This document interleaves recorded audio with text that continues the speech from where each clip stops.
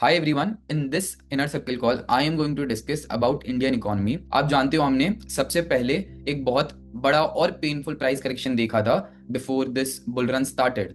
ये bull run जब start हुई उसके इमीडिएटली बाद हमने यहाँ पे एक बहुत बड़ा प्राइस करेक्शन देखा था एंड उसके बाद we have seen this prolonged time correction also. तो इसका क्लियर मतलब है that market have spend almost 1 year without giving any return. और निफ्टी की बात करें तो Nifty still at all time high, but वहीं पे अगर हम दूसरे इंडेक्स की बात करें स्पेशली स्मॉल कैप अभी भी अपने ऑल टाइम हाई से ऑलमोस्ट 8 या 9% दूर है। जहां पे निफ्टी और मिड कैप बार बार ऑल टाइम हाई बना रहे हैं, अप्रोच कर रहे हैं ऑल टाइम हाई लेवल्स को, ब्रेक करने की कोशिश कर रहे हैं। वहां पे small cap make up the major portion of the market. ये चीज हम बार बार डिस्कस करते हैं दैट इंडिया में अगर 2500 लिस्टेड कंपनीज हैं एनएससी में, तो उसमें से almost 1400 are small caps only. तो major segment of the market is made up of small cap companies and small cap companies या इंडेक्स का ऐसा ब्रेकडाउन देना is a very bad sign. वहीं पे आप निफ्टी देखोगे तो वो ऑल टाइम हाई पे है। तो काफी इंटरेस्टिंग पिक्चर बनती हुई दिख रही है हमें। क्यों? बिकॉज देखो अब इस पॉइंट पे पहुंचे हुए मार्केट को एग्जैक्टली 1 साल हो गया है, right. Last year in the month of October या सितंबर के एंड में मैं बोलूं तो मार्केट ने ये पॉइंट को हिट किया था and almost after 1 year, 1 whole year, जिसमें एक प्राइस करेक्शन भी हुआ और काफी ज्यादा टाइम करेक्शन भी हुआ, we are at this point again. तो यहाँ पे एक बहुत इंपॉर्टेंट चीज डिस्कस करना जरूरी है, is that how our economy was 1 year back versus how it is now after 1 year. मतलब 2024 सितंबर में हमारी इकोनॉमी कैसी थी एंड आफ्टर होल ईयर आज दिसंबर 2025 में हमारी इकोनॉमी कैसी है। देखो हम जानते हैं that economy and stock market they move hand in hand. Usually economy थोड़ी सी लैगिंग होती है, स्टॉक मार्केट हमेशा इकोनॉमी से पहले ही एक डायरेक्शन चूज कर लेते हैं एंड मूव करना स्टार्ट कर देते हैं। तो डेफिनेटली आपको इकोनॉमी में इंप्रूवमेंट के साइंस दिखे इससे पहले आपको स्टॉक मार्केट में वो साइंस दिखने लग जाएंगे एंड कहीं ना कहीं मार्केट का ऑल टाइम हाई पे पहुंच जाना is also a sign in itself, right. तो हम डिस्कस करते हैं in very clear point wise format कि पिछले साल क्या था और अब क्या हो गया है।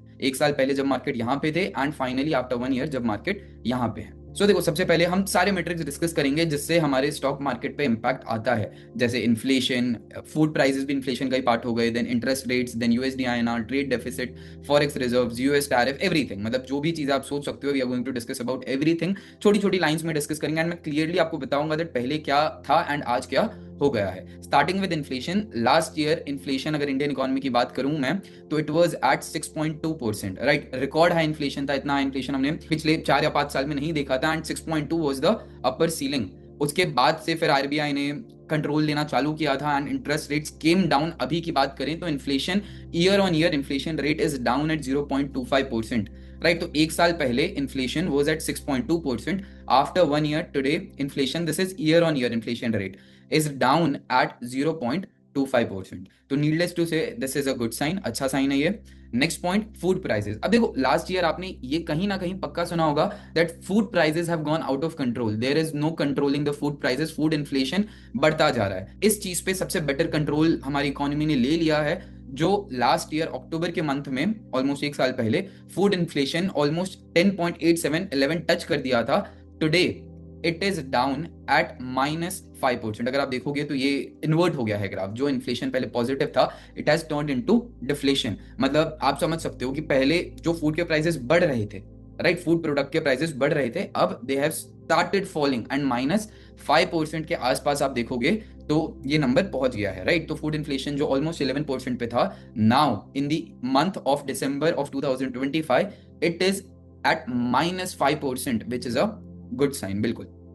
Number 3, interest rates. अब इंटरेस्ट रेट्स हमने इस वीक में ही देखे, आरबीआई ने अनाउंस किया repo rate is down another point quarter, right. मतलब 0.25 से इंटरेस्ट रेट रेपो रेट फिर से कम कर दिया। अब इंटरेस्ट रेट रेपो रेट हम बार बार डिस्कस करते हैं क्योंकि ये बहुत इंटरेस्टिंग चीज होती है। इस पे ही डिपेंड करता है दैट कॉमन पीपल, आपके और मेरे हाथ में कितना पैसा होगा। हमारे जो भी लोन के इंटरेस्ट होते हैं, अगर आप होम लोन ले रहे हो, आप पर्सनल लोन ले रहे हो, आप कोई भी लोन ले रहे हो, कमर्शियल लोन ले रहे हो, तो आपका जो इंटरेस्ट रेट होता है वो रेपो रेट से ही डिसाइड होता है, राइट। तो repo rate in very simple words, RBI normal commercial bank को पैसा बोरो करती है तो वो जिस रेट पे बोरो करती है उसको रेपो रेट बोलते हैं। जो रेपो रेट का प्रॉब्लम हमने बहुत टाइम से फेस किया था। देखो मैं आपको बताता हूँ क्या क्लियर पिक्चर हुई थी। 2020 के टाइम पे आप जानते हो that economy went into crisis, सब कुछ बंद हो गया था एंड मोनोटोरियम उस टाइम पे आरबीआई ने अनाउंस किया था। आपको नहीं पता मोनोटोरियम क्या होता है, तो इसका मतलब है कि आरबीआई ने बैंक्स को बोला था कि आप ईएमआईज लेना या इंटरेस्ट लेना बंद कर दो, और इंटरेस्ट रेट एकदम से गिरा दिए थे। क्यों? क्योंकि लोगों के पास पैसा ही नहीं था। अगर लोगों के पास पैसा होगा ही नहीं तो हाउ विल दे पे द इंटरेस्ट? उस टाइम पे लोन्स बहुत सस्ते भी हो गए थे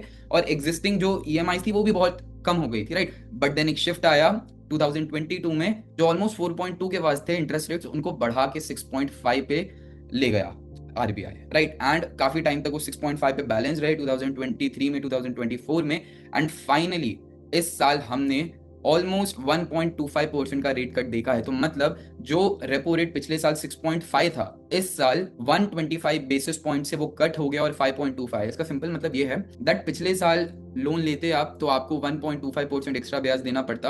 अगर आप लोन अब ले रहे हो तो आपको ब्याज कम देना पड़ेगा। अगर आपके एग्जिस्टिंग लोन्स भी हैं तो यूजुअली एडजस्ट कर देती है बैंक, आपका जो इंटरेस्ट रेट होता है उसके हिसाब से आपका टेन्योर एडजस्ट कर देती है। तो आप भी चेक कर लेना, अगर if you have any open loans, आपका ऑलमोस्ट 1.25% से लोन कम हो गया होगा, राइट। तो this is a very good thing, क्योंकि हम लोगों के पास लिक्विडिटी होगी, हम लोगों के पास पैसा, क्योंकि देखो अगर हमारा पूरा पैसा लोन में चला जाएगा तो we will not have any discretionary income, या कुछ पैसा बचेगा ही नहीं खर्चा करने के लिए, मार्केट में इन्वेस्ट करने के लिए।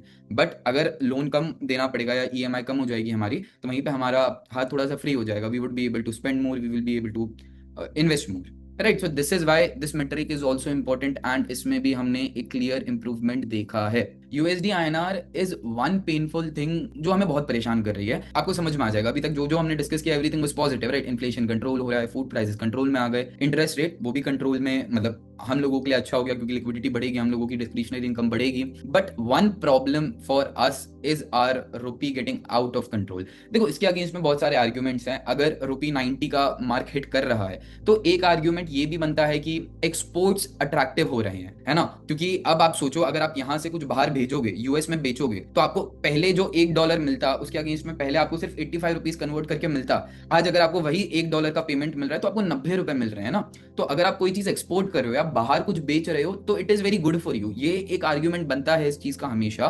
बट दूसरा एक आर्ग्यूमेंट ये भी बनता है ऑन द कॉन्ट्ररी कि आपका रुपी वीक हो रहा है तो एक एक्सपोर्ट्स अट्रैक्टिव हो रहे हैं, ये तो फायदा ही है। बट ओवरऑल जो आपकी परचेजिंग पावर है आपकी करेंसी की वही गिर गई, बहुत बड़ा नेगेटिव साइन है। और इसके बारे में बहुत ज्यादा डिस्कशन करने वाला हूँ, डिटेल डिस्कशन करने वाला हूँ। जस्ट फॉर योर अंडरस्टैंडिंग, पिछले साल क्या था, रुपी वॉज वेरी स्टेबल, 84 पे रुपी स्टेबल था, एंड ऑलमोस्ट 6 महीने से रुपी हाँ एक आध रुपए ऊपर नीचे हुआ था, बट अदर देन दैट रुपी ने ऐसा कोई वॉलेटाइल मूव नहीं दिया था। बट अब इन लास्ट 3 और 4 मंथ्स आप देखोगे rupee has fallen like anything, and 90.17 का मार्क टच किया रुपी ने लास्ट थर्सडे को, आई थिंक फ्राइडे को। देन आरबीआई ने रेपो रेट कट किया एंड उसके बाद से रुपी ने थोड़ा सा फिर कूल ऑफ किया है ना।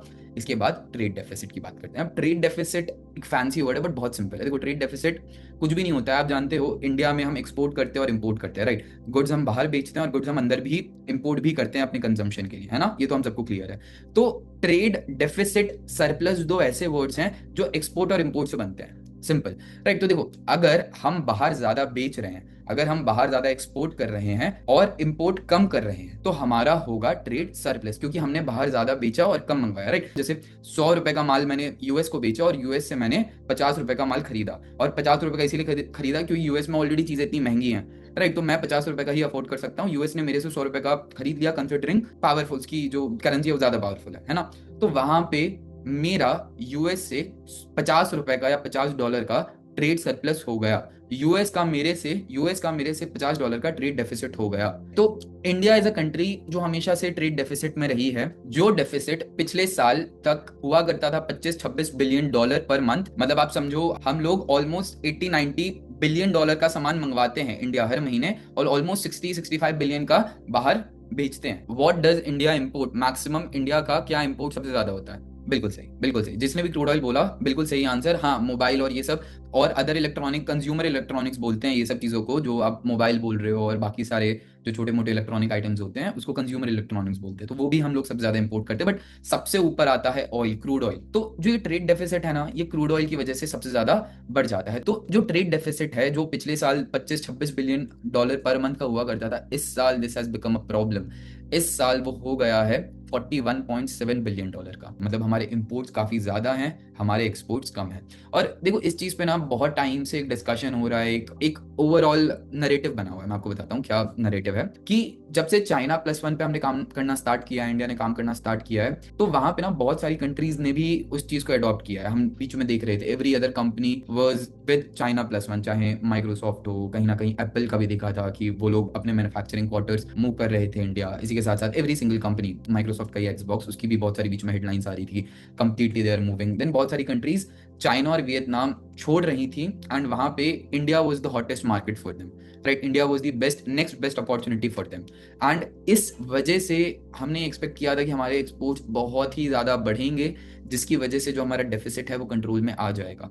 बट ये चीज़ होती हुई नहीं दिख रही। इंडिया के जिस रेट पे एक्सपोर्ट्स एक्सपेक्ट किए जा रहे थे बढ़ेंगे, वो नहीं बढ़े। अब इसके बहुत सारे और रीजंस होते हैं। अब ट्रम्प सीधे 50% टैरिफ लगा देगा तो हम कैसे एक्सपोर्ट करेंगे, राइट? और यूएस इंडिया का सबसे बड़ा मार्केट है, मतलब इंडिया का डॉलर वाइज सबसे ज़्यादा एक्सपोर्ट यूएस में होता है। ऑलमोस्ट इंडिया से हम लोग 800 बिलियन के एक्सपोर्ट करते हैं एवरी ईयर। उसमें से 100 बिलियन, 90 बिलियन मान लो हम यूएस को करते हैं, है ना? और वो 90 बिलियन में से जो 50 बिलियन है ना, उस पे 50% टैरिफ लगा हुआ है। तो वो तो पूरी तरीके से धीरे धीरे इवेंचुअली कोलैप्स ही हो जाएगा। भले 5% ही है वो, बट धीरे धीरे डिस्करेज ही होगा ना। क्यों क्यों कोई मंगवाएगा यूएस में 50% महंगा वही चीज जो शायद कोई और कंट्री से जिस पे इतना टैरिफ नहीं लगा है, you can get it for the same price, है ना? तो ये एक बहुत बड़ा नेगेटिव फैक्टर है। इसी वजह से हमारे ट्रेड डेफिसिट भी बढ़ा है एंड इसका ना पूरा चेन इफेक्ट होता है। क्योंकि अब देखो ये जो डेफिसिट है हमारा, ये भी तो हमें यूएस डॉलर से ही पे करना है ना, आप समझ रहे हो? तो और यूएस डॉलर पहले हम लोगों को 85 रुपीज में $1 मिल जाता था। अब वही यूएस डॉलर खरीदने के लिए हम लोगों को 90 रुपीज खर्चने पड़ेंगे, है ना? तो अब आप समझ रहे हो ये जो नंबर है ये क्यों और ज्यादा डेंजरस हो जाता है। बढ़ तो रही है ये नंबर,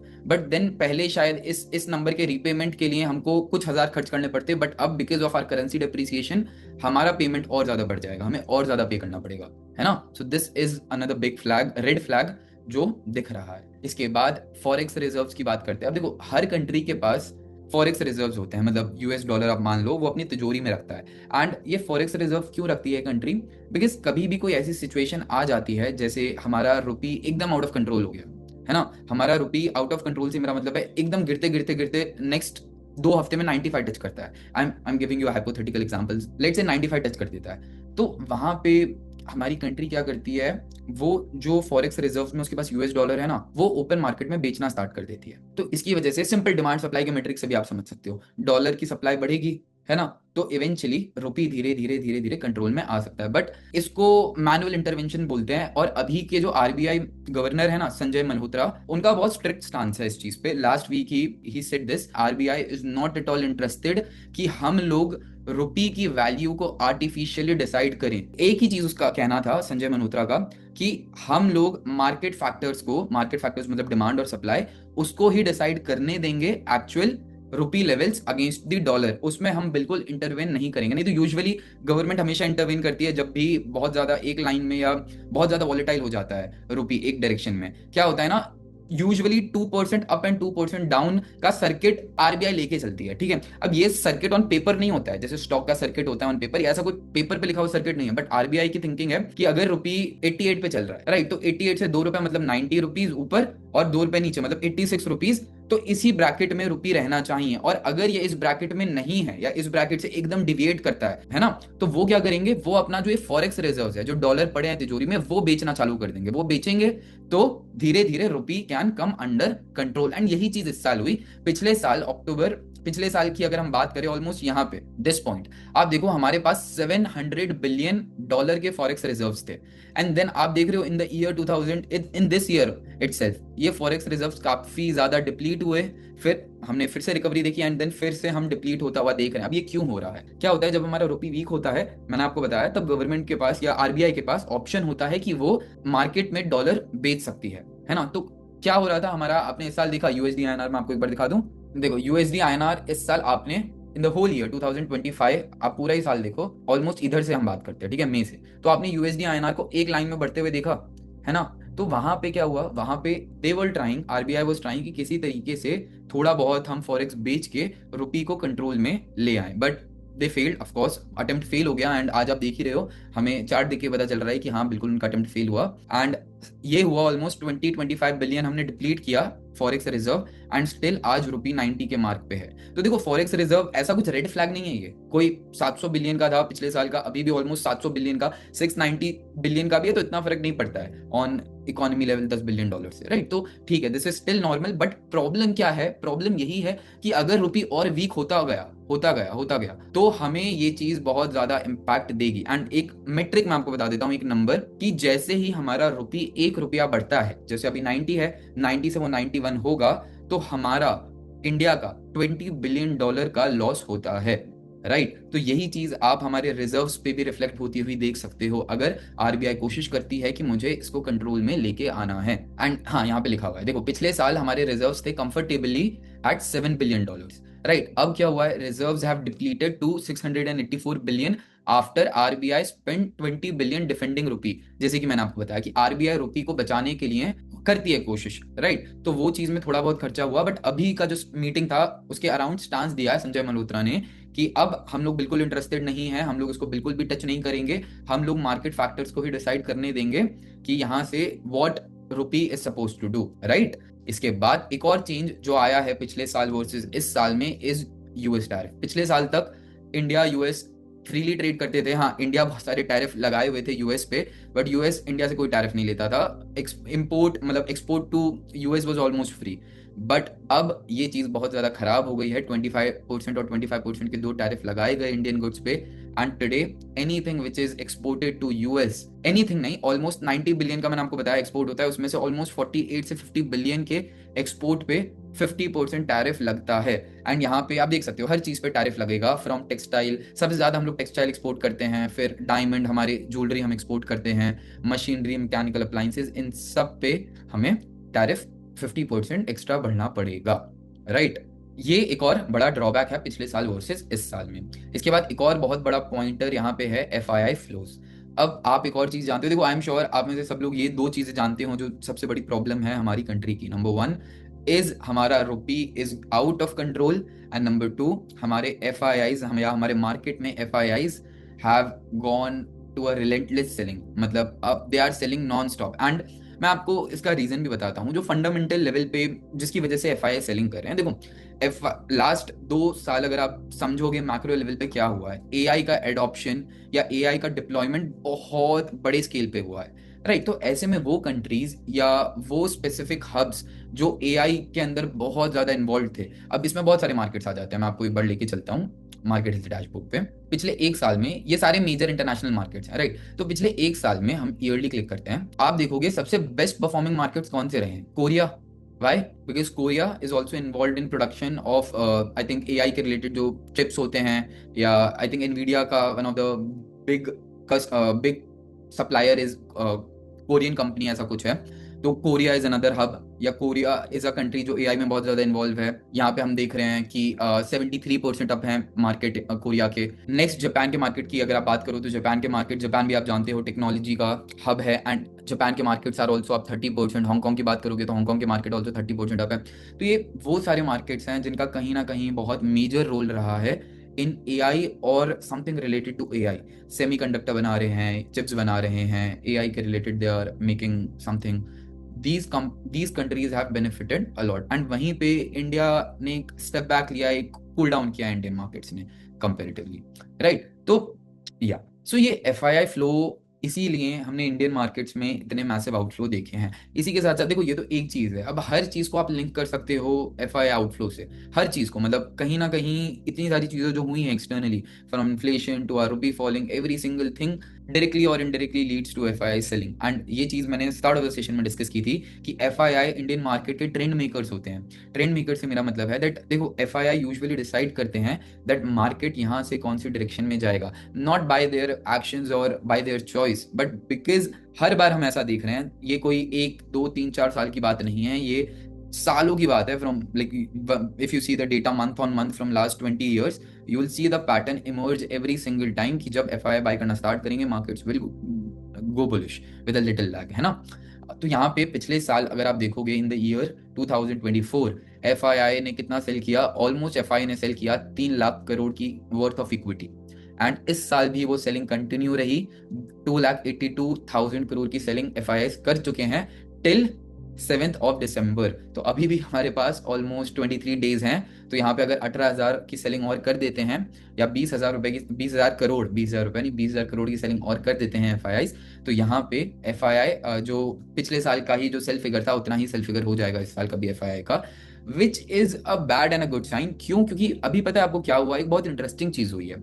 इंडियन मार्केट्स एक पॉइंट ऑफ इन्फ्लेक्शन पे पहुंच गए, पॉइंट ऑफ इन्फ्लेक्शन जहां पे डीआईआईज होल्ड मेजर या majority portion of the Indian markets compare to F आज तक till I think last month ये डेटा एफ के फेवर में था कि F use to hold the major portion of the या major market cap of the Indian market, but ये चीज अब डी के फेवर में आ गई। तो बहुत बड़ा इमर्जिंग शिफ्ट देखा है हमने, राइट। एंड यही चीज मेरा अगला पॉइंट भी है, डी फ्लोज। तो जैसे एफ फ्लोज हम देख रहे हैं, F they have been on a relentless selling, वहीं पे retailers, you me all the other people, we guys have taken in charge. Mutual funds में के थ्रू हम एसआईपी कर रहे हैं, या directly indirectly we are putting our money in the markets, and that is contributing to the market not at all time low despite the F selling. अरे पहले क्या हुआ करता था ना, 10 साल पहले तक अगर आप देखोगे हमारी जो ये एसआईपी बुक है, राइट, तो अगर आप देखोगे इन द ईयर 2016-17 की बात करते हैं, राइट, ऑलमोस्ट 9 साल हो गए उस चीज को। हमारी एसआईपी बुक कितने की हुआ करती थी आप चेक करो, अप्रैल में 3,000 करोड़ की हमारी एसआईपी बुक थी, राइट, एंड इस साल के एंड में हमारी एसआईपी बुक 4,000 करोड़ तक पहुंची थी। तो पूरे साल में हमने 44,000 करोड़ की एसआईपी की थी। एंड अब इस साल आप देखो, इस साल almost in the month of October alone हमने 30,000 करोड़ की एसआईपी कर दी थी। तो जो हम 8 या 9 साल पहले पूरे साल में करते थे 43,000 करोड़, उतनी अब हम 1.5-2 महीने के अंदर ही कर देते हैं। तो that is a very big shift, right. तो इसीलिए अब देखो, अल्टीमेटली स्टॉक मार्केट डिसाइड होता है लिक्विडिटी से।